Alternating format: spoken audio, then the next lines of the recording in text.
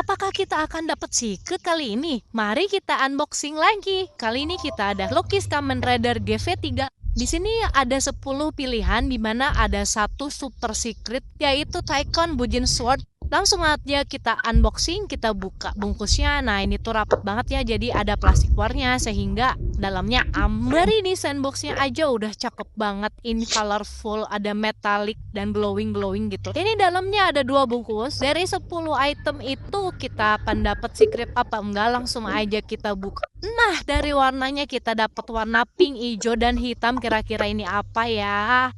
Oke, ini adalah XF guys, langsung aja kita rakit. Untuk rakitnya ini gampang banget ya, nggak butuh sikat, nggak butuh lem, dan juga nggak butuh gunting. Materialnya plastik ABS terbaik, warnanya cakep banget, pink metallic, keren banget pokoknya. Nah, udah jadi, ini semua bagian kaki dan tangannya tuh bisa digerak-gerakin gitu ya. Buat harga 70 ribuan ini sih udah worth it banget. Buat dijadiin pajangan ini keren.